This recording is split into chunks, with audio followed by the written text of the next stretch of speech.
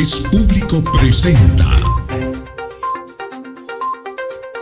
Periodismo a ras de tierra. Conduce Fidel Carlos Flores y periodistas invitados.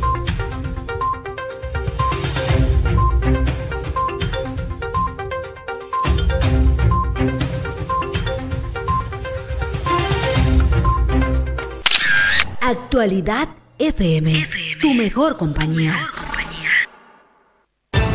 Estás escuchando Noticias de Actualidad.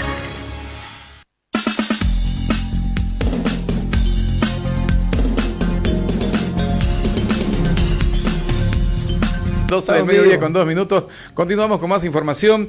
Hay muchas cosas de qué hablar no solamente en este espacio, en la mayoría de los espacios de la radio y otros medios de comunicación. Bueno, José Luis, vamos a irnos hasta México en este momento porque algo trascendental ha pasado hace una semana. Y es que por primera vez en la historia de Norteamérica hay una presidenta mujer. Estamos hablando de México, México, ¿no? Donde los machos... Donde escupen bala. Exactamente. ¿Y qué ha causado? ¿Qué repercusión puede causar también a continuación? Porque daría más fuerza también, quizás, tomando en cuenta que es una sucesión en el partido de Manuel López Obrador, pero es una mujer la que toma ahora el mando de los mexicanos. Y vamos a analizar esta situación con nuestro colega Fidel Carlos Flores de México. Gracias por atendernos en Noticias de Actualidad. Buenas tardes acá, buenos días allá todavía en México. José Luis y Pablo les saludan. ¿Cómo está? ¿Cómo están, compañeros? Claro, aquí son las 10:10 de la mañana. Todavía sigue la conferencia de prensa del presidente Andrés Manuel López Obrador. Comentarles que hoy, en un par de horas, se va a reunir con la presidenta electa, en todo caso, Claudia Sheinbaum Pardo, en Palacio Nacional. Esto para ir afinando algunos detalles de la transición. Seguramente Claudia estará ahí con su equipo de transición que encabeza el ex rector de la Universidad Nacional Autónoma de México, de La Fuente. Entonces va a ser una reunión interesante de gente que está a cargo de esto. Mencionó el día de ayer en alguna conferencia también que va a ser una transición ordenada, pacífica y sobre todo siguiendo y profundizando el proyecto de nación que encabeza el presidente Andrés Manuel López Obrador.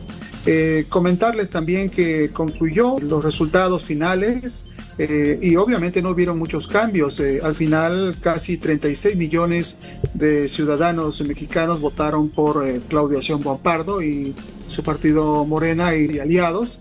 Y por la candidata de la oposición, Xochitl Gálvez Ruiz, 16.5%, y esto significa el 27.5%. El otro competidor, que es Jorge Álvarez Maínez, obtuvo 6.2 millones, que representa el 10.3%. En conclusión, una victoria con una diferencia casi de 10 millones de votos. También comentarles de que esta ocasión, en estas elecciones, por eso se comenta que fue histórico, se logró una votación tan alta que incluso superó a la de Andrés Manuel López Obrador en 2018.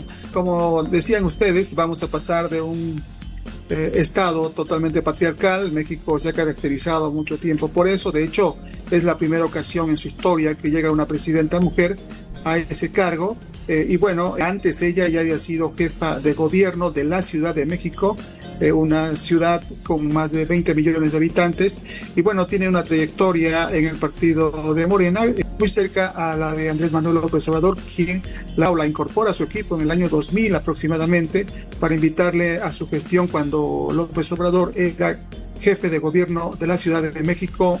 La doctora Sheinbaum Pardo es autoridad de medio ambiente de la ciudad. Entonces, esos datos son importantes que quería destacar. ¿Alguna pregunta, Pablo? ¿Cómo es que esa niña que en su infancia tocaba instrumentos autóctonos, hacía música, que salió a las calles muchas veces en protesta, que luego ingresa a la vida científica y ahora presidenta de México? es una carrera larga y que ha trabajado ella paso a paso para llegar ahora donde le va a tocar corresponder los siguientes años. Así es, precisarte que ella es parte del equipo que consiguió un Nobel, no es la autora directa, pero es parte, obviamente, y es importante, ¿no? La ventaja, digamos, y la fortuna que tuvo Claudia Sheinbaum es que toda su familia está dentro de la Universidad Autónoma de México, la UNAM.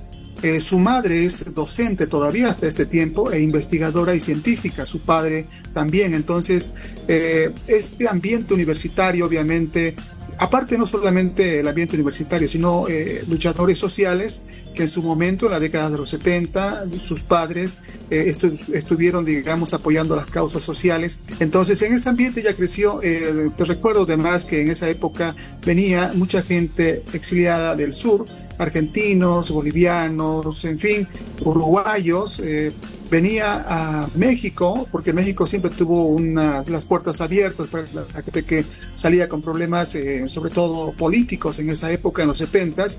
Y bueno, como parte de eso, pues se incorporaba a la universidad y también trataban de hacer algo de música. Y dentro de esta circunstancia es que los niños y las personas en esa época pues miran, conocen parte de estos sitios y también lo practican y se presentan, ¿no? Esa imágenes que estamos viendo es en un auditorio importante y bueno, ahí hay varios personajes de la actualidad. Hay un actor de cine importante ahí, Jiménez Cacho, apellida, que también tocaba, por cierto, con ellos. Somos de la misma generación. Yo la conocí a ella en el movimiento de la UNAM, ya por los 90, cuando la UNAM tuvo una huelga muy prolongada, aproximadamente un año. Es una conjunción de cosas que marcó la vida de la doctora Sheinbaum Pardo. Obviamente su trayectoria, nadie se la niega, es una trayectoria congruente, siempre ha estado cerca de estas causas populares y en la lucha directa, ¿no? Cuando hizo su postdoctorado y doctorado en Estados Unidos, también participaba activamente. Estaba en esa época el lío del Tratado de Libre Comercio y de que esta circunstancia de esta integración hacia el norte fuera más favorable para México en algunos puntos, obviamente, y ella también en esa época estaba de activista. Una trayectoria, una congruencia en este camino hacia la presidencia de México, obviamente no es fortuito. De hecho, ella se beneficia de este refrendo y esta popularidad de 70% en estos días al presidente López Obrador, un refrendo a sus políticas, a sus aciertos económicos, que obviamente la economía en el país en este tiempo está mejor que en otros sexenios anteriores.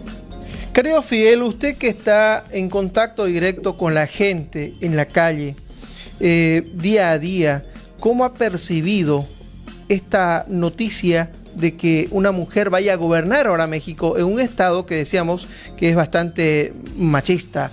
¿Cómo ha visto usted en esta semana ya de la noticia que ha circulado de la nueva presidenta? ¿Cómo percibe la gente este nuevo mandato? Y como decía José Luis, ¿no? Una sociedad que estupe balas, ¿no? Algo así. Sí.